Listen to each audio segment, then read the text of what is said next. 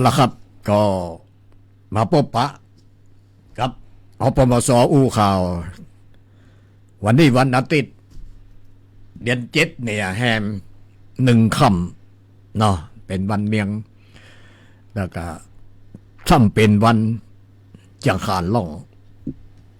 แต่คนตั้งใต้เปิดห้องว่าวันสงกรานต์คนตั้งเหนือเขานี่ห้องวันสังขารล่องเดี๋ยวนี้ก็มาสถานีวิทยุหอกระจายข่าวแล้วก็สวทลำปาง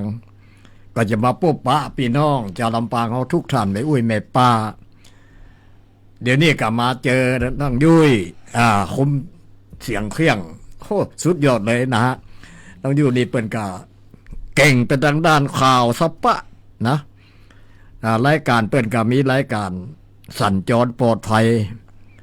คือปีน้องเขาขับรถเนอะปีนี้นะอย่างน้องยุ้ยเปิดการแนะนำไปหลายๆวันสัญจรปลอดภัยเรื่องขับรถขับรางเนี่ยหมูนี่นะฮะช่วยๆกันน้อยเนาะอุบัติเหตุมันเกิดขึ้นได้เอาละครับอันนี้ก็ดีมากวันนี้น้องยุ้ยอยู่กับปนานนี้คุมเคียงเสียงอยู่นี่เนาะวันนี้ปนานปัจเจมาคันเดียวมาตัวน้องปอนเจ้าหน้าที่ของอุทยานเป็นเจ้าหน้าที่ของเขลางใจใส่ไฟบ่คือไฟไหม้ไฟบ่คือไฟไหม้อย่างหมูเนี่ยป่าเขานี่นะอุทยานนี่มันอยู่ที่ม่อนพญาแจ้ม่อนจำศีลดอยพระบาทปุ่นขึ้นไปถึงถ้ำผาไทยนะฮะก็อันนี้มันเป็นเขตของอุทยานทั้งนั้นเลยก็ดีมากเนาะน้องปอนวันนี้ติดเดี๋ยวเขาเดี๋ยวปอนานอูไปตังปีใหม่เมียงเนาะเอาเก้ากกมันจะเมินมานะหลายพันปีเอาหลายพันปีมาอู้หย่อสักน้อยเดี๋ยวสักนิดเดียวเนาะเรื่องจังขานเนี่ยเนาะจะได้ผู้จังขานล่องเขาว่าอย่างตั้งตำปางนี่เป็นแห่ขันสังขานแต่วันนี้ขอได้ยินขอถามมาน้องก้อยถามขอถามรายการน้องก้อยเป็นจัดนั่นเป็นว่ามันมีมาแต่ไหนแต่ใดขันสังขารอันนี้ปนอาจจะแก้ข่าวคือปีนอกจากลำปางอันนี้เป็นตั้งขึ้นมาโดยอุปโลกกันมาเลยบัดใจว่ามาแต่เมินแต่เหินแต่เมินมันเกิดขึ้นมาตั้งกันขึ้นมาใหม่ๆนี่นะฮะแต่เหมือนบะมีเนอะบะมีเนี่ยพระพุทธองค์พระพุทธเจ้าเขาเนี่ยบ่เคยมีเปิ่นตั้งกันขึ้นมาแก้ข่าวคือพี่น้องได้รับทราบเนาะฟองว่าอยาไขหู้ขันสังขารแต่สังขารคนทอมันมีตลอดมาแต่เมินอะเดี๋ยวพระพุทธองค์เขายังสังขารก็คือสังขารอายุคนเขาเนี่ยมันผ่านไปแล้วที่นี่ปนก็จะอู้เรื่องสังขารเนี่ยเนาะมันมีพญาพรหมพญาพรหมสมัยได้มันหลายร้อยปีมาหลายพันปีเนาะอันนี้ก็เบี้ยพระพุทธองค์ที่1องค์ที่2องค์ที่3ประเด็นนี้มันองค์ที่4พระพุทธเจ้าน่ะโกตามะทำกรรมอริยะยังบัดจะเกิดเนาะแต่ว่าสังขารนี่ตอนนั้นมันมีพญาพรหม3 หน้าเปิดนี้3 หน้าปนอาจจะเล่าย่อๆก็เล่านักเขานี่มันยาวลงไปเอาย่อๆเนาะพญาพรหมอย่างนี้เป็นความหู้สลาดแล้วมันมีอยู่ตัวนาฟาร์มแห่งคนหนึ่งเป็นคู่แข่งตัวนาฟาร์มกับเป็นคนหู้ลึกซึ้งหู้เผียวกำนกกำหนูนกห้องจะได้ฮะว่าจะได้มันมาหู้มดตัวนาฟาร์มหู้สมัยได้เปิดเฮียนแต่ด้วยนี่อย่างเขาได้เฮียนนักทำเอกทำตีทำโททำเอกนะแล้วก็ได้ต่อขึ้นไปนะปัดเป็นปรมัตถ์นะประโยคนี่ขึ้นไปปรมัตถ์1ปรมัตถ์2มันสี่ปันพระธรรมขันธ์นี่ความหู้นะอันเฮียนนักขึ้นมันจะหู้แผ่วนกห้องจะได้หู้มดไปนกจะไปไหนก็หู้อันนี้ตัวนาฟาร์มเพิ่งก็หู้เลี้ยงทีนี้วันนั้นนะมีฮันวันหนึ่งมันเป็นวันที่12เดือนเนี้ยวันที่12ตะวันอย่างตะวาเนี่ยเป็นวันเดือน7เนี่ยห้องตัวนาฟาร์มไปหาเอาตัวให้ปัญหากันถ้าว่าตัวนาฟาร์มแก้ปัญหา3 ข้อนี่บ่ได้จะตัดคอตัวนาฟาร์มพญาโฟมนะฮะพญาโฟมอันนี้พญาโฟม ก่อนว่าตัวดาพามแก้ปัญหา3 ข้อได้แกก็จะตัดคอตัวเองแต่พญาพรหม3 หน้าเนี่ยมันมีลูกสาว7 คนนะฮะมีลูกสาว7 คนทีนี้ท้ายปัญหาข้อที่คนเขานี่คือมันไม่ตัวดาพามตัวมาวันพุธวันที่13เพื่อมาตัวแล้วก็ข้อที่ราศีจะเนี่ยจังไรคนเขานี่มันอยู่ที่ไหนลูกมาแจ้งมาเมเจ้าอยู่ที่ไหนข้อที่แล้วข้อที่2กลางวันอยู่ที่ไหนราศีคนเขาข้อที่3ค่ำมาอยู่ที่ไหนเนี่ย3 ข้อเนี่ยถ้าตัวดาพามแก้บ่ได้จะตัดคอตัวดาพามทีนี้ตัวดาพามกับเลิกกันวันพุธมาวันพุธมาแก้กันนี้ทีนี้ตัวดาพามกลับไปบอกกูจะเนี่ยจะได้กูจะเนี่ยจะได้กึดกลับไปนอนอยู่ต้นไม้ใหญ่ต้นหนึ่งแล้วมันมีนกแขกเต้า2 ตัวผัวเมียอยู่บนท่านจับอยู่กิ่งไม้บนตัวดาพามกลับไปนอนเอาแขนกายหน้าผากกึดปัญหานี่กูจะไปแก้คือพญาพรหมจะได้ก็พอดีนกนั่นอู้กัน2 คน2ผัวเมียนกแขกเต้าที่เหมือนนกแขกเต้าอู้กันว่าไอ้วันพุธนี่เพิ่นจะตัดคอกันเด้อปัญหา3 ข้อก่อนตัวดาพามแก้บ่ได้จะตัดคอตัวดาพามก่อนตัวดาพามแก้ได้ก็จะตัดคอพญาพรหมเอาแล้วปัญหาเนี่ยกันเนี่ยอย่างว่าตะกี้น่ะข้อที่1อยู่ที่ไหนข้อที่2อยู่ไหนข้อที่3อยู่ที่ไหนอย่าราศีคนเขานี่นะทีนี้นกแขกเต้ากับอู้2 คนหัวเมียน่ะตอนเจ้าเมียมันว่าตอนเจ้ามันก็ต้องอยู่ที่หน้าเอาลูกมาเขาสวยหน้าตอนกลางวันอยู่ที่ไหนอยู่ที่หน้าอกมันท่อนมาหอกาน้ำรูปหน้าอกตอนค่ำมาอยู่ที่ไหนอยู่ที่ตีนสมาเดอยู่ที่เท่าที่ตีนเขาจะเข้าที่อยู่ที่นอนถ้าก็สวยตีนล่างตีนอันนี้กับที่นี่กันนก2 ตัวอู้กันแล้วก็ตัวดาพามกับกายดาพักเอาละกูได้ปัญหาละพอดีบักโกแล้วตัวดาพามบักโกแล้วได้ปัญหาข้อนี้ตรงวันพูดกับไปแก้กันตัวดาพามแก้ได้ก็เลยตัดหัวตัวเองพญาพรหมเลยตัดหัวตัวเองตัดคอ3 หน้ามี3 หน้าทีนี้ลูกสาวคน7 คนก็เอาพานมาหับหัวป้อเนี่ยวันที่13เอาพานมาหับหัวป้อล่องไปทางใต้อันนี้เปิดว่าจังคารเนี่ยฮอดล่องไปทางแรกกับวันพุธเป็นวันที่14ก็เป็นวันเน่าหัวเน่าละนะฮะหัวเน่าแต่กะคนไทยว่าหัวเน่าบอกวันเน่าคนเดียวเขาว่าหัวเน่าอันนี้อู้กันเยอะอู้เยอะๆจริงๆมันยาวอยู่นะเอาปนเขาของอู้กันเยอะๆอันเนี้ยจังคารนี่ฮะพญาผม3 หน้าด่าท่านเนาะเอาละครับก็ไปเนาะแล้วกันที่นี่วันนี้เป็นวันดีเด้อจะไปแจ้งจะไปด่าไผ่แม่อุ้ยแม่ป้าเนาะอดเอามันบดีนะวันนี้ซ้ำนักนะก่อนไปไปจ่าไปแจ้งคนอื่นนี่มันจะเข้าตัวเขาเด้อเอาละครับผมว่ามีอย่างจะห้ำปีใหม่เมืองเนาะจ้อยนี่เดี๋ยวสักกันก่อนเดี๋ยวกะเฮ้น้องปอนสำรับกันเดี๋ยวผมป้อห้ำปีใหม่เมียงน้อยจบแล้วก็จะเฮ้น้องปอนเลี้ยงอุทยานเนาะเพราะว่ามันหน้าปีใหม่ละจะเล่นน้ำดังไรเวียงเปิดเล่นสาดน้ำกันทีเดียวเนาะก็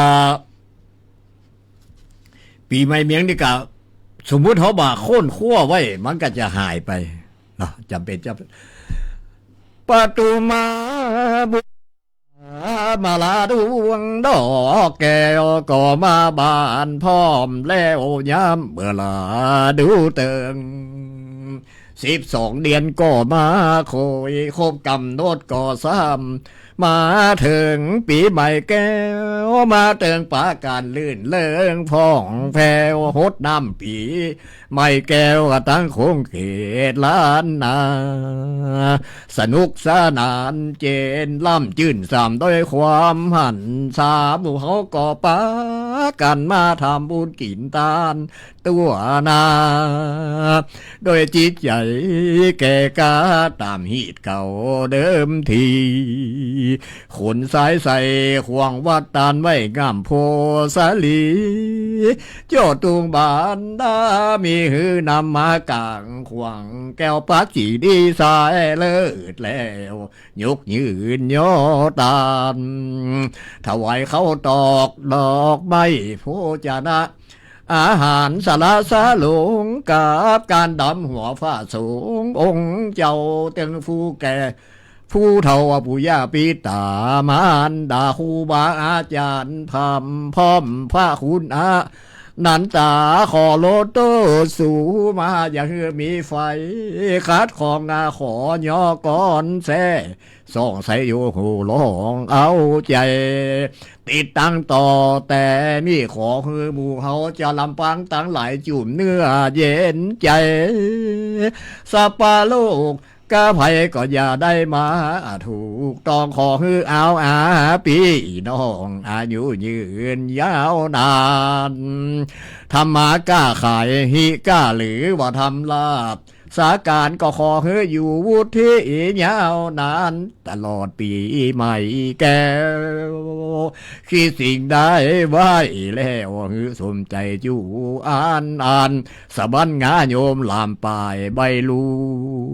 ขอเชิญเจ้ากินกู้ดื่มน้ำเย็นเย็นอันนี้ห้ามปีใหม่เวียงในเบอุ้ยเมปาเนาะนอนตังไตบ้านไตตังรุ่มบ้านรุ่มจางพังเนาะวันนั้นถ้าวัดติดใจยังไงนะฮะก็โทรศัพท์มาเนอะ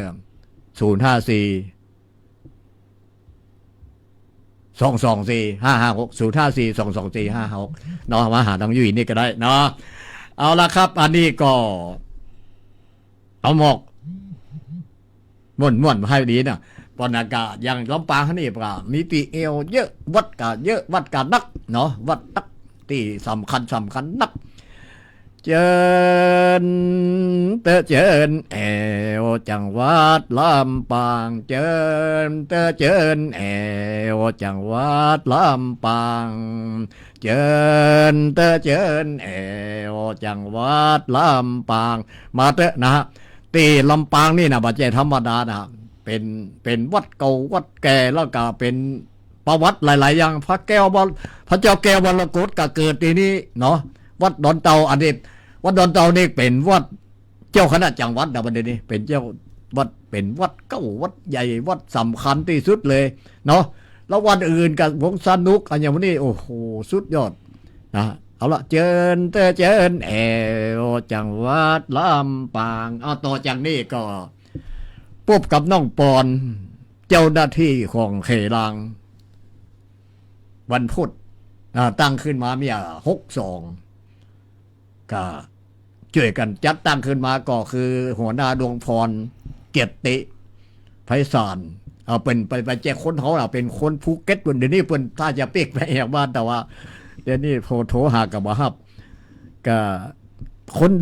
ดีมากดีเลิศเลยเพิ่นบ่มีผัวกันเตี้ยน่ะเป็นสาวเท่ากางามมาละเนาะก็เปิดกะดีสุดยอดเอาละครับจบน้องปอนอุตสาหกรรมครับ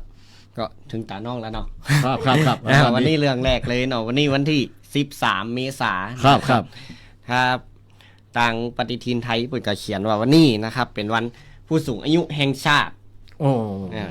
ครับก็ทางอุทยานแห่งชาติเนี่ยเปิดก็เห็นความสำคัญของผู้สูงอายุนะครับในการตีแบบมาช่วยพัฒนาเรื่องทรัพยากรอย่างวันนี้นะครับก็เลยให้ผู้สูงอายุเนี่ยวันนี้เข้าอุทยานแห่งชาตินะครับฟรีนะครับแต่ผู้สูงอายุในที่นี้จะต้องมีคุณสมบัตินะครับก็คืออายุ60 ปีบริบูรณ์ขึ้นไปนะครับใจละครับแล้วก็มีสัญชาติไทยตัวนะครับแล้วก็เอาบัตรประชาชนนะครับไปแสดงให้เจ้าหน้าที่เปิ่นพอนะครับก็จะเข้าถ้าลูกหลานปลาไปแอวอุทยานหน่อยอย่างของเฮานี่จะเป็นแจ้ซ่อนนะครับขุนตาลนะครับตีเสี่ยงกาบริการเนาะครับ แจ้ซ่อนขุนตาลนะครับทำผาไทยอย่างมูนั่นนะครับ ก็คือเอาบัตรประชาชนเนี่ยไปแสดงให้เปิ่นพอว่าเขาเป็นผู้สูงอายุละเนอนะก็จะได้รับการยกเว้นนะครับบ่ต้องเสี่ยงกาเข้านะครับอันนี้นะครับก็เป็นเรื่องของวันนี้นะครับอันนี้วันผู้สูงอายุนะครับดีมากดีมากก็แถมเรื่องนึงก็เรื่องสภาพอากาศปัจจุบันนะครับก็อันนี้ยังดีมาน้อยเนาะสงกรานต์มีฝนตกนะครับปล่อยๆแต่ว่าตอนซื้อเนาะตะกี้ครับรถเข้ามาก็ยังมีตกน้อยๆเนาะปล่อยๆน้อยๆวันนี้น้อยๆก็เป็นที่น่ายินดีจัดนักตีตกมาปุ๊บก็ย่างคือปลาชื่นเนาะปลาชื่นก็ปัญหาไฟป่าหมอกควันก็ลดลงนะครับก็สูดอากาศหายใจได้หมอกควันจะลดลงลดลงไฟป่านี่ก็ต้องลดลงนะครับเพราะว่าโดนฝนเนาะแต่เฮาก็ยังไว้ใจบ่ได้นะครับก็ทางอุทยานเขตรางวันโพธิ์เนี่ยเปิ้นก็เลยส่งเจ้าหน้าที่นะครับเจ้าหน้าที่ตะเวนตึงวันลาดตะเวนตึงวันนะครับถึงตั้งเหนือตั้งใต้นะครับตั้งโคดแผ่วบ้านสะเด็ดสวนปลาแม่เมาะนะครับผาลาดพระบาทกล้วยแพะนะครับเจ้าหน้าที่เปิ้นก็จะขับรถเครื่องผ่องรถใหญ่ผ่องนะครับดีมากแวดอุทยานน่ะคอยเฝ้าเป็นหูเป็นตาให้พ่อแม่พี่น้องลำปางเขาบ่มีไฟไหม้เลยเนาะบ่มีเขาจะว่าบ่มีก็มันบ่มีข่าวน้อยนิดนะครับน้อยนิดครับมีน้อยนิดนะครับจะว่าบ่มีเลยก็บ่ได้ครับก็ยังมีน้อยนิดนะครับก็อันนี้ก็ฝากตังพ่อแม่พี่น้องนะครับคนเฒ่าคนแก่แล้วก็คนเข้าป่าล่าสัตว์หรือว่าเก็บผักหวานหน้านี่บ่ค่อยจะเยอะแล้วเนาะมันลืมมันผ่านมาของละมันลืมของละนะครับก็คือเป็นหูเป็นตามเพราะก็ช่วยนะครับคันช่วยกันบัดนี้เอาไฟแช็กเนาะไฟแช็กแปมซีบัดนี้เอาเข้าป่าไปตุยนะครับแต่ว่าช่วงนี้ก็ยังอยู่ในช่วงปิดป่านะครับถ้าจะเข้าป่าก็ต้องไปขออนุญาตผู้นำชุมชนนะครับก็ประธานหมู่บ้านหรือว่าผู้ใหญ่บ้านนะครับผู้ช่วยผู้ใหญ่บ้านคือเปิ่นเซ็นใบคือสกรรมนะครับเมียพศ46กรมประชาสัมพันธ์เขาก็ออกตะเวนขี้ยานี่นะครับเ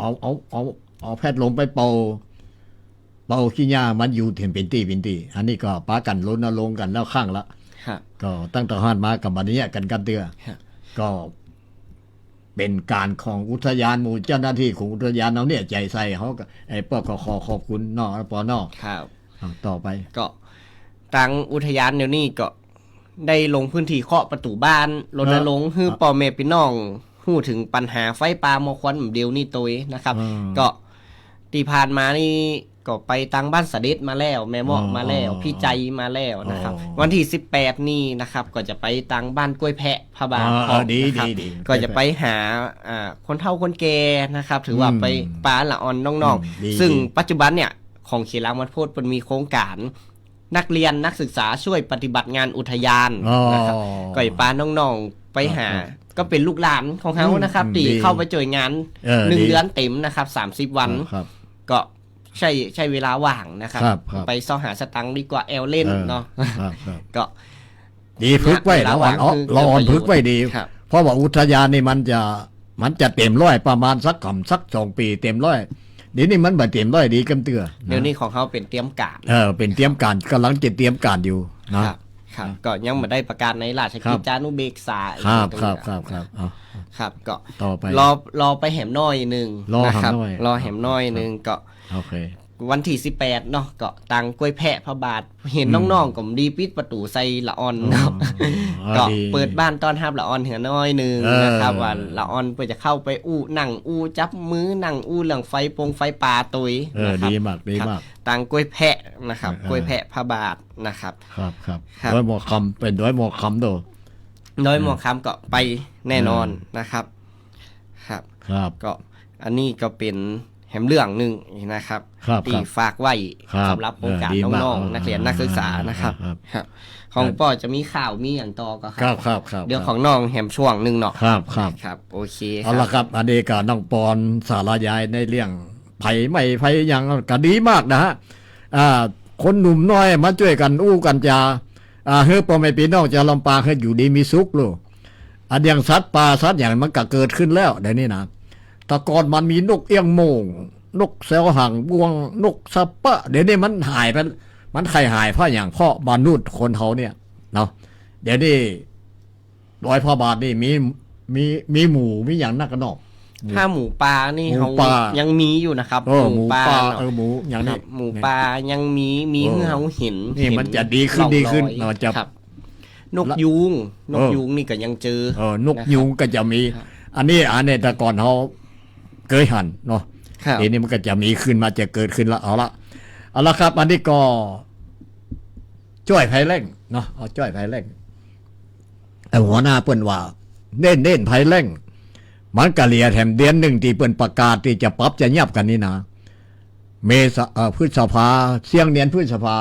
จะหมดเขตคนได้เฝ้าเปิ้นปะเปิ้นจะปรับอยู่เนาะจะไปเสียงพฤษภาหมออยากเกิดได้ช่วยกระดาษไฟเตอ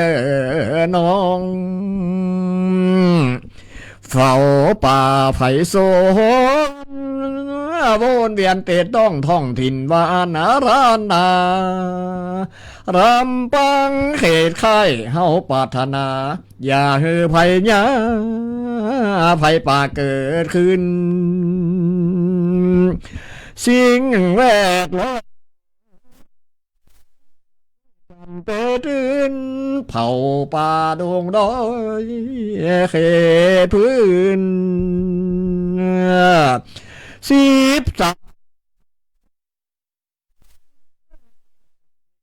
มือเก่าห้ามเผาภัยท้องถิ่นเฮานี่อย่าเอาใจไก่อย่าคือสุมภัยในแต่ละบ้านพอเกิดโลกไฟหยาผ่ำพอมเป็นภัยผีบ้าสูดดมเขาต้องกระทบลูกน้อยในคันผู้สูงอายุก็ซ้ำเหมือนกันเป็นโรคความดันปอดลมพร้อมเสียงสูนภัยผีบ้าต้านเฮโมเสียงเฝ้าพื้นเผาไฟหื้อยางเพราะมันเนื้อตัวของข้างเกิดจากอันนะทุกลายคือหยุดอย่างพักลดล่าผิงพายโลดเลิกเตอนายเผาป่าเขตทองเต่านี้เต่าอีก็แลนายอันนี้ออกกอมออกเนาะแล้วทีนี้แม่อุ้ยทางบ้านต่อเพิ่นก็พังตึงวันรายการนี้แล้วพอนานกับมันเมินไหนได้มาเนาะก็จริงๆแล้วน้องมดเอาน้องอำพันธ์น่ะเป็นประจำรายการอปมสอูข่าว แต่พอนานนี่ก็มาเป็นบางช่วงบางทีก็ได้รับเชิญบ้างบ่ได้รับเชิญมาเองก็มาบ่ใครได้พอดีหัวหน้าดงพรนี่เปิ้นก็ใจดีสู้เสียคนได้เอาคนเนี้ยสู้งานจริงๆเลยก็จัดรถใหญ่ได้ไปฮับตึงไปตึงมาบ่คิดมูลค่าเขาก็ดีงานดีมากๆกับเจ้าลำปางเขาอันนี้ปอกการนับว่าเป็นหน้าบุญยิ่งใหญ่กับเจ้าลำปางเขากับหัวหน้าดงพรเนี่ยนะเป็นคนที่ขยันงานช่วยกันจัดตั้งอุทยานขึ้นกับผมก็เป็นภาคประชาชนภาครัฐบาลนี่ก็มีท่านดวงพรเนี่ยหัวหน้าดวงพรภาคประชาชนเนี่ยก็มีอยู่4ตำบลที่ช่วยกันตำบลน้ำโจป่าตันนาคัวแม่ทากนะฮะติดตามเหียแต่ว่านี่ก็ตำบลน้ำโจอย่างผมเนี่ยหมู่นั่นเก่าได้มาฟ้องบ่ได้มาฟ้องก็ดีเขาก็ช่วยดีเป็นผลสำเร็จมาไม่502ตอนนายกตู่นายกเพื่อนห้องนายกตู่มาตีบรรลุกเนาะมาตีบรรลุกก็ผมก็ทำเรื่องขอเป็นยื่นมาขอเรื่องเดียวนะขอ2เรื่องรายงานไป2เรื่องน้ำเรื่องน้ำขาดแคลนลำปางเขาเนี่ยเรื่องน้ำกับเรื่องอุทยานเปิดการอนุมัติเรื่องน้ำนี่ก็พอดีผมเข้าบ้านไปกับวันพูกตรงวันพูก เข้าบ้านป่อไปเป็นสาวแม่มาทืดๆหมู่ส่วนประธานถึงนั่นเข้าบ้านไปมาป่อเดือดร้อนก็บ่เดือดร้อนจะได้เพราะว่าน้ำกินน้ำใจเวลาเนี่ยนาได้ชรู้กันจะฆ่าจะฟันกัน อันนี้ก็เลยร้องเรียนไปทำตั้งนายกร้องเรียนไปเนาะก็พอดีกับเด็กก็ได้แก้ไขกันนี่เดี๋ยวนี้มันยังบาสูดเชียงแต่ยังทำตีอยู่มันยังตีแม่กระติบนี่ฟังซ้ายฟังขวาเนี่ยฟังขวาได้เปิ้นดีมากนะเปิ้นมีเขียนสองเขียนเฮาเนี่ยแต่ลำปางเฮานี่นะมีเขียนข้อมากิ่วข้อมากับเขียนของบ้านเฮานี่นะฮะก็ช่วยกันอย่างเขียนกิ่วล้มเนี่ยมันส่งไปทางอำเภอเมทะส่งมาทางในเมียงเขาเนี่ยมันบักไข่ปอเพราะอะไรอย่างเพราะน้ำฟังซ้ายเนี่ยมันแยกที่บ้านแรงแยกที่ภายบ้านแรงแยกซ้ายขวานะฮะแยกซ้ายขวาที่นี่มันมาทางอำเภอเมทะมันมาติดคัดอยู่ที่เมกะติบมันน้ำแปลงน้ำดันต่อเมกะติบเอาไว้ตั้งลุ่มเอาไว้ตั้งบนเอาน้ำสมประทานเนี่ยไว้ตั้งลุ่มดันไปลุ่มไปโซดไปปุ่นไปโซดบ้านหน้าปุ่นที่มันไปโซดปุ่นเก่าขี้โป้ขี้อย่างกันมูลขึ้นกันน้ำกันไหลจ้าไปละบ่ใครไปอันนี้ผมก็เลยใครให้แก้ไขตอนนี้นะฮะผมก็เลยไปรายงานแถวสอนรายงานแถวกรุงเทพผมก็ไปเนาะอันนี้ก็ยังเดี๋ยวนี้ก็ยังบ่เป็นผลสำเร็จทีนี้เขาก็ลงเพลมัดเอวคนเนี่ยเอาเพลเขาอยู่ในเพลไม่เพลอย่างมันไปกีดขวางไหนต่อเอาขอเพลแล้ววะละเดี๋ยวนี้ละห้องหอบฟตอนนี้กันด้านไหลดีไปเพลแล้วเนี่ยอย่างนี้ใจใครเอาต่อขึ้นมาไว้ตั้งบนแม่กระติบคือแม่ตะบีบอยู่ตั้งหลุมพันมาเจนองตั้งวันแม่กระติบถ้าเป็นผลสำเร็จได้นี่ปอกเดี๋ยวนี้มันยังว่ามีไฟเนี่ยกันเนี่ยต่อไปเนี่ยถ้าต่อไปเนี่ยเดี๋ยวพักเพียไทยเนี่ยนะฮะถ้าเขามาหาป่อนะพ่อก็เป็นสมาชิกพรรคเพียไทยเหมือนกันแต่ก็จะเจ้าลำปางเขาเจ้าเมทะเขาได้รับน้ำเป็นชนประธานเต็มตัวเลยเดี๋ยวนี้ชนประธานไปแล้วอย่างนำโจนี่ชนประธานถึงนั่นเป็นเขตอุทยานเป็นเขตชนประธานแล้วบ่มีน้ำเนี่ยมันอันนี้มันอายเปิ้นเอาละครับอันนี้ก็เลี้ยงน้ำแล้วไปเอาละครับอันนี้ก็วกมาตั้งวกมาตั้งปีใหม่เมืองเนาะปีใหม่เมืองอย่างนี้บ้านนำโจมีจัดวันที่สงกรานต์วันที่23สงกรานต์เป็นวันเน่าเป็นวันพยาวันวันพวกวันเน่าก็เปิ้นจัดเพลงแข่งอย่างเดี๋ยวนี้การจัดกันอยู่ฮะเนาะก็จะดำหัวผู้สูงอายุอย่างตัวอันนี้ก็ดีมากเนาะอันนี้ก็ดีมากก็ต้องยุ่ยตีกะจะได้ขอเวลาต้องยุ่ยจัดการอย่างก็เพียมาตั้งอุทยานตัวฟ่องเนะฟอกน้อยเพียว่าเพียกระตุ้นเนื้อจันลำปางเขาเนี่ยช่วยมันเจริญขึ้นอย่างพอเนี่ยก็จะอยู่ไปทำกี่ปีนะ92แล้วจะอยู่ไปทำพวกกระยาหันเมียงลำปางเขานี่เจริญถ้าเมียงน้ำปลาเขาเจริญมันจะไปที่ไหนมันก็อยู่ตีหมู่เขาม่วนอกม่วนใจเนาะคิดบ่งบาดอันใดก็ม่วนอกม่วนใจจะไปฆ่าบ้านพันเนี่ยจะไปสิงเด่นกันมันก็บ่ดีจะไปอิจฉานิสยาคนอื่นมันก็บ่ดีปอยาไข่หันคนที่คิดสร้างสรรค์เนาะอายุปุ่นนี่เราปอการสร้างสรรค์มาเชียงอย่างตั้งแต่พศ500ได้รับแต่งตั้งเป็นผู้ช่วยผู้ใหญ่บ้านผล500ปัดโทมันมาเกิดประเด็นนี้มันเหมือนไม่เหมือนเงาเนาะสร้างโรงเรียนสร้างสัปปะสร้างถนนอันนี้ก็เป็นหน้าบุญที่พ่อได้สร้างมาเนาะปวดแข้งปวดขากับปวดก่อนเขาจะใครจะเมื่อยอย่างนี้เขาก็นึกถึงที่เขาได้สร้างมาก็มีอันก้ำอันหนุนอันนี้เป็นว่าคนเขาตีสร้างความดีไว้ความดีนั้นมันหนีไปไหนนะครับเนาะไม่อุ้ยไปปลาเนาะเอาละครับอันนี้ก็แถมมดดึงสั้นๆเนาะกะเกี่ยวกับปีใหม่เมืองแล้วนะว่าละ ติทีปีเก่าล่วงพ้นได้เลือกเริ่มต้นวันเดือนแถมปีแปรไปแต่ละแม่เลยว่าละติทีเข้าสู่นาทีแห่งปีใหม่แก้วหมู่เฮาตั้งหลายมีใจฟองเฟลสืบสานร้อยแนวเก่าไว้มาทุทิสาราจาดอกไม้และทูบเทียนไหวปู่จาทูบเทียนใบปู่จาน้ำส้มปล่อยพร้อมมาทุทิสาเปียคอสู่มาสารสาใส่เก่า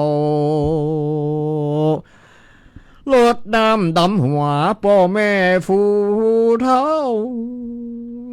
ผู้ใหญ่ตีเขาโลบอันนี้ก็จ้อยกำเมืองเหนือสั้นๆนะว่าตั้งแต่วันนี้วันผูกวันฮือวันพยาวันกษะเก่าดำหัวผู้เฒ่าผู้แก่เดินไปปากันไปเป็นหมู่เป็นจุ่มนออันนี้มันมีตะเมินมาแล้วครับมันจะมีคนตั้งเหนียวเนี่ยมันมีอยู่17จังหวัดนะที่เห็นได้ว่าเอาการเกณฑ์การตายกันอย่างที่เห็นได้ว่ามันมีอยู่8จังหวัดนะฮะเวลาตายมีการเวรมีการสู่มาคว้าตานมีอันอย่างต่างๆเนี่ยมันมีอยู่8จังหวัดมันจริงๆแล้วมันภาคเหนือฮอนมันมี17จังหวัดตาภาคเหนือฮอนมี8มีเวรมีเลี้ยงผีมีเวรมี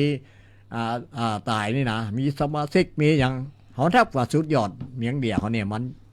เอากันเป็นว่าเป็นธรรมแต่เนาะเอาละครับอันนี้ก็บุกมาตั้งน้องปอนแห่มกำนึ่งเนาะก็ปอนากาขอน้องปอนสาระยายในเรื่องอุทยานน้ำน้อยหนึ่งเนาะเขียนครับก็อุทยานเนาะแต่วัดตะกี้เฮาอู้เรื่อง13เมษายนนะครับเป็นวันผู้สูงอายุนะครับแล้วก็ที่จะถึงนี่ก็พูกนะครับ14เมษายนวันครอบครัวบ้านเฮาเป็นวันเน่าเนาะเป็นวันครอบครัวเนาะตั้งไทยเป็นห้องวันครอบครัวห่อข้าวต้มข้าวหนมวันพูกครับผมก็อันนี้ก็วันครอบครัวก็อุทยานตั้งอธิบดีนะครับท่านอธิบดีเนาะเปิดก็มีนโยบายบอกว่าคือครอบครัวของประชาชนชาวไทยครับเข้าอุทยานฟรีแหมเข้าฟรีวันนี้กาผู้สูงอายุแต่วันผูกตึงครอบครัวเลยนะครับเข้าได้ตึงละอ่อนนะครับคนใหญ่คนเฒ่าคนแก่นะครับลูกเล็กเด็กแดงอย่างเข้าได้หมดนะครับก็อันนี้ก็จะเน้นเที่ยวธรรมชาตินะครับปลอดภัยแล้วก็มีการจัดตั้งศูนย์ดูแลนักท่องเที่ยวนะครับซึ่งของเขลังวันพุธเนี่ยอยู่ตีนหนตางอยู่หน้าศาลเจ้าป่อหงดอยเลยมันเลยจังหวัดไปหน่อยเนาะครับเลยสารกลางไปหน่อยนึงที่ทำการจังหวัดนะครับแล้วอันสมมุติเราไปได้น้ำร้อนน้ำซามันมีบริการครบครับมีน้ำห้อนน้ำชากาแฟน้ำเย็นนะครับก็นั่งเที่ยวก็ตีมีเข้าห้องพาสปอร์ตอุทยานเนาะเล่มตีประทับตาอุทยานตีเพิ่นจะเป็นมีคอนเทนต์ดังมาหั่นเตียนึงนะครับก็เอาไปประทับตาตรงหั่นใดนะครับสำหรับใครที่เดินทางมาเมื่อคืนนะครับจองช่วงนี้มันสงกรานต์จองโรงแรมก็ตึงเต็มแน่นอนนะครับพกเต้นมาตุยนะครับไปกางที่อุทยานได้กางเต้นได้มีห้องน้ำบริการฟรีนะครับทุกอย่างฟรีหมดนะครับไฟฟ้าก็สามารถใจได้นะครับครับก็มีเจ้าหน้าที่ดูแลตลอด24ชั่วโมงนะครับจนถึงวันที่16เมษายนปุ่นนะครับอันนี้ก็แฮมเรื่องนึงของเขลังมันพุธนะครับแล้วก็ไม่ใช่แค่เขลังมันพุธตีเดียวนะครับก็มีแม่ว่าดอยจงคุณตาลทำผ่าไทยแล้วก็เจซ่อนเปิ้นก็เงี้ยเหมือนกันม้วนนะครับทำผ่าไทยกับม้วนนะครับเปิ้นอันนั้นเปิ้นก็อยู่ตีนหนตางเนาะตั้งหน้าเปิ้นนะครับอยู่ตีต่างไปเงาเนาะเลยประตูผ่าของเขาไปน้อยนึงนะครับส่วนของเขลังมันพุธเนี่ยก็อยู่ติดหนทางใหญ่นะครับติดหนทางใหญ่ครับจอดรถแวะแอลหาให้ได้ปะแปงน้องๆอุทยานก็ได้นะครับปะแปงฮดน้ำได้เลยนะครับอนุญาตเนี่ยเพราะว่าในลำปางเขาเนี่ยมันเจธรรมดานะเนาะเอาละครับอันนั้นแล้วก็สมมุติว่าเข้าไปแล้ว เขามีน้ำส้มน้ำสาบริการหมดเนาะ ครับ และทีนี้แถมอย่างหนึ่งสมมติเขาอยากใครปลูกไม้ปลูกต้นไม้มันมีกล้าไม้กันอย่าง โอ้กล้าไม่ปัจจุบันของสวนลูกขชาติพระบาทนะครับ ปัจจุบันนี่เปิ่นก็เพาะไว้หลายกานะครับ มันช่วงนี้ก็จะมีเก้าตีเห็นลักๆเลยตีสามารถปลูกได้ง่ายนะครับ ก็จะเป็นขันทองพยาบาทเนาะปองหูจักอยู่เนาะเก้าขันทองพยาบาทนะครับ จะมีเก้ายางเก้ายางนี่คือเฉพาะ ยางต้นนี่เนาะ แม่นครับเก้ายางบ้านเฮาห้องมันจะมียางเหียงยางเหียงยางนะอย่างนั้นนะครับครับ แล้วก็มีเก้ามะขามเก้าบะม่วงปลานี่อยากคือปลูกเพราะว่าถ้าไปปลูกไว้ในปลาหรือว่าใช้ปลาอย่างนี้เนาะตีมากินก็คือซัดปลาได้ประโยชน์นะครับครับเปิ่นว่ากินมันหอมอีนะครับอันนี้ผมได้ลองจิ้มสักเตือนะครับเปิ่นว่ากินมันหอมอีนะกินมันหอมแต่รสชาติมันจะส้มก็ไม่ได้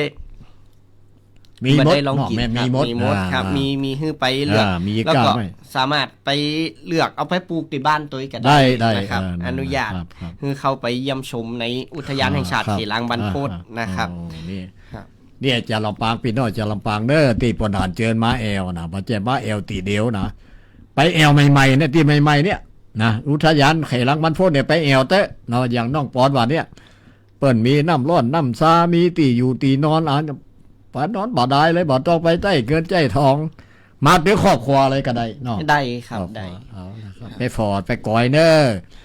แล้วครับความปลอดภัยนี่มีฮื้อแน่นอน24ชั่วโมงนะครับเพราะว่ามีเจ้าหน้าที่เปิ่นบริการตลอดพัดเว้นกันนะครับเจ้าหน้าที่ก็เปิ่นจะหยุดแค่คนละวัน2วันอันน่ะนะครับก็แต่ก็พัดเว้นกันเข้าไปดูแลนักท่องเที่ยวในตีห้างนะครับครับก็เข้าไปพบปะพูดคุยอย่างครับทางหมู่ปีอุทยานน้องๆอุทยานกันได้นะครับหรือว่าจะแวะเข้าไปขอพรเจ้าป่อโฮงดอยได้เนาะของเขาก็ถ้าสิ่งศักดิ์สิทธิ์ที่ให้ก็เป็นเจ้าป่อโฮงดอยเจ้าป่อเขางามนะครับจะมีอยู่5ตน5องค์ด้วยกันนะครับท่านครับซึ่งประเพณีถ้าจะบวงสรวงแต่ก็คงจะเป็นพฤษภามิถุนาพุ่นนะครับก็แต่ช่วงนี้ก็สามารถเข้าไปบางห้องก็ผมก็เห็นถูกที่บรรจุเป็นเลขนะเขาก็ไปจุดพอนะครับบางห้องก็ไปได้เลขได้อย่าง16เมษายนนี่ก็ฮู้กันครับมาได้เนาะครับบอกว่าจะเป็นเท่าเป็นแกอย่างเปิ้นก็ตึงหวังกับโจกเนาะดีมากเลยครับอันนี้ก็สามารถเอาไปจุดได้นะครับขอพรอย่างได้นะครับดังด้านถ้าถูกเตียนแซ่เนาะเตียนแซ่บ่ได้เตรียมไปนี่ตังอุทยานก็มีบริการฮื้อแหมนะครับเพิ่นมีนะครับก็ขอตังเจ้าหน้าที่ได้เลยได้ครับผมครับก็ขอบคุณกับน้องปอนเนาะว่าสารยายทีท่วนเลยเอาละครับระหว่างนี้ตั้งจังหวัดเขาเปิดการจัดงานมีการแห่สลุงหลวงก็จัดหลายๆอย่างวันนี้ก็ยังจัดอยู่เนาะวันนี้เปิ้นถ้าจะวันนี้จะจัดแห่ขันจังขานก็จะเดี๋ยวเขาก็บอกใครฮู้แซมเนาะเดี๋ยวน้องยุ้ยเปิ้นแจกสารยายแอวเนาะแอวแมงเดียเฮาเด้อเอาละครับอันนี้ก็ใกล้จะหมดเวลาละแม่อุ้ยบ้านแม่ฮาวเปิ้นว่าก่อนปนานได้มาวันใดก็เนี่ยจะได้น่ะเปิ้นว่ากาบที่เปิ้นยังหุ่มอยู่กาบยังหุ่มอยู่ถึงวันนี้มันหน้านี่มันก็เป็นหน้ากินเหล้าเราไปกินกันนักกันหนาให้เจนนะปีใหม่เอาเรามากินกันจนเมาจนนี่อาจจะติดตีกันพันกันก็ได้เขาก็ลดหย่อนลงกินเหล้าปีใหม่เนาะอันนี้ก็กาบกับเปิ้นขอมาไม่อุ้ยนะนี่มันเป็นกำมะเก่เล่ากันสู้กันมาแต่เมินเนาะอันนี้ปนายก็เลยจะถ่ายทอดกรรมเนี่ยไปคือแม่หลวงกาบชื่อเปิ้นกำลังกาบกันเนาะก็พังเนาะบ่เจ้พังก็มีหลวงกาบเจ้าลำปางเขาทุกท่านนี่ลูกหลานๆเขาทุกท่านนะก็เอาจนไปศีลข้อที่5พุ่นเลยมันเร็วดิเนาะข้อที่1ข้อที่2ข้อที่3ข้อที่4นี่บอกว่าเอาศีลข้อ5จะเอาย่อๆศีลข้อนั้น ต้านห้ามบ่ให้กินน้ำย้อยโกนโมขาตกลงใส่ลิ้นล้างไหลออกมานอกกอง เป็นควรออกมาสองตกลงใส่ขวดคอปันเราลงเราเรียนเปิ้นก็มีข้อห้ามไว้เหมือนกันล้างพองเปิ้นตุ้มบ่ตันไปกินน้ำข้าวอันเปิ้นบ่ได้ตุ้มกินแล้วก็มานั่งงอ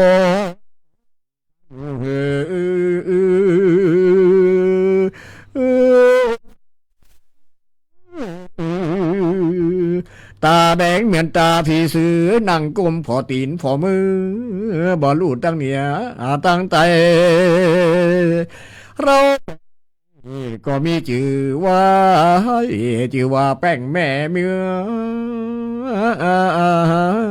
จังแถมแป้งหนึ่งนั้นบุเพียวปากโจนขรึงตึงตังห่อเฮียนลูกปังลูกเมียจังอยู่จนบ่ได้เราก็มีชื่อว่าแป้งเตห่อเตเฮียนแถมแป้งหนึ่งนั้นบ่ดีเดียเกินกินแล้วก็เมาเพลินเอวขึ้นเนี่ยร้องไตเราก็มีชื่อว่าแป้งโซหา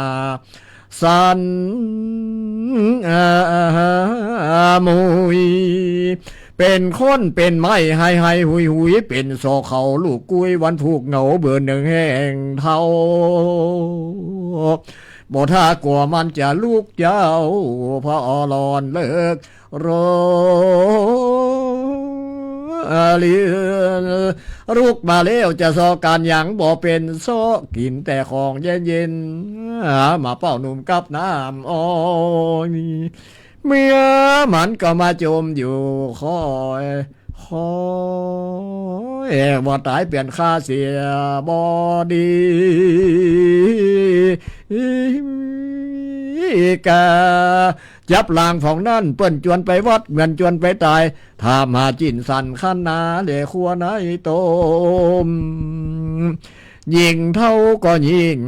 ร้อนบ่รู้จักสินจักธรรมก่อนแลเดจบกราบสินข้าหาเนาะมันนี้หลายกราบนะกราบบัตถีกราบกลุ่มวรบันกราบตู้จกแต่ก็เมียผมเป็นตู้เปลี่ยนตู้จกไปเตะตู้จกนี่โอ้โหคนนักเขาใครหัวที่ด้านแต่ตู้จกไม่ตลกเลยแต่เตะตู้จกนี่นะเนาะมาถีกระมวลอันนี้ก็เดี๋ยวนี้มันสีจางๆไข่หายไปแล้วนี่เนาะเนี่ยเขาว่าเพิ่นตั้งทำหลวงนี่นะมันมี13กันเวสสันตละพญาเวสสันตละก็จะไข่หายไปแล้วนี่เนาะเอาละครับแม่อุ้ยแม่ป้าที่เคารพเวลาแถม10 นาทีก็จะได้ปั่นสินปั่นปอนปัดข้อปัดไผ่เหี่ยน้อยเนาะปัดข้อเขาจะลำปางเพราะว่าบางทีก็น้องยุ่ยมันมีข้อจะได้ก็คือข้ออันนี้ออกไปปัดข้อให้น้อยเนาะแล้วกำเนี่ยก็จะจบแล้วก็พกท้ายได้ก็คือน้องปอนอุ้ยสัก3 กำ 4 กำจะปัดข้อปัดแล้วก็ปั่นปอนสุดท้ายนะฮะ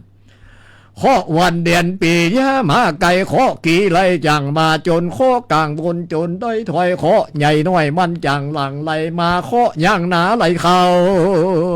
ข้อปูเท่าอย่าเท่าฝากขวาข้องอควายตัวดูสวกาข้อจ้างมามันจังแลนมาจนข้อกลางบนจนโดยถอยมันจะเกิดขึ้นเป็นภัยก็ขอให้ตกไปตามพระอาทิตย์ไก่แสนข้อคือตกไปตาม พระจันทร์ตีนอกขอผ้าจักกรวาลขอให้ตกไปตามฟ้าอังการตีผ้าเสียงแผ่นดินสูบขอให้ตกไปตามฟ้าฟุตตีดงสางัดขอคือตกไปตามฟ้าฟัดตีดงเย็นมืดขอคือตกไปตามฟ้าสุข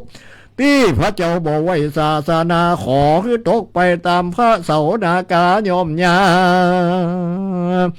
ขอให้ตกไปตามพระราหูตีนอขอพระจากาวานข้อตั้งหลายเนี่ยตั้งผู้ว่าตั้งน้องยุ้ยก็ตั้งเจ้าลำปางเขาทุกตามในอุปาตกไปหนาปอนานปัดข้อปัดไฟแล้วนอกตกไปตั้งอื่นตั้งไก่ไปบดไปตัวปุ๋ยจังขานล่องไตวันนี้ดำหัวให้ล่องไปตั้งวันตกเนี่ยมันจะมีโชคมีลาภเนาะเอาละครับปีเก่าเดาข้ามไปแล้วปีใหม่แก้วพยาวันก็ได้มาลอดมาถึงตึงตันหมู่เขาบระเสียยังหีดบรีเสียยังแปรเพนีก็มีมาทั่วเปลี่ยนแม่น้ำอบน้ำหอมเลยจะตูปาใจฝูงนี้เพียมาสู่มาการวะยางตนตัวแข่งผู้เฒ่าผู้แก่แม่นตั้งแต่นี่หลังมาแม่นบ่าพี่น้องตั้งหลายผู้ลุงตั้งหลายได้ปักลำกำเหลียได้แจ้งได้ด่าได้จักได้จุงจะได้เสียก็ดีก็ขอให้ราลดโพดโตดอาโหสิกรรมนี่ว่านานาธรรมกับมันแก่นกาหนตั้งอันจักไปสู่เมืองผ้าและเนรป้านนั้นจุงจะมีตั้งแต่ดีหรือตั้งแต่มาโหดฮากาล่านี่ไปนาแม่นสู่เจ้าตั้งหลายถึงลำปางเขานี่คนเฒ่าคนแก่ไปทิศเหนือก็ขอคือปันใดไปทิศใดก็ขอคือปันมีก็ขอคืออยู่สุขีไปตลอดว่าฟังว่าตั้นแดนดีแม่นว่าสู่เจ้าตั้งหลายคิดมุ่งมาดปรารถนาสิ่งหนึ่งประการใดก็ขอคือสมดังจำมกรรมผาธนาขอคือสมใจจุยั่งจุภาการนั้นจุงจากมีตั้งแต่ดีรีบาดนี้จากตามบาทคาถาบริพระพุทธเจ้าเตสานาสปิติโยมิวาสันตุสัพพะโลโกมีนาสันตุมาเตภวตุนตะลโยสุขีทีคายุโกภาวะตานาสีนิจานิจัง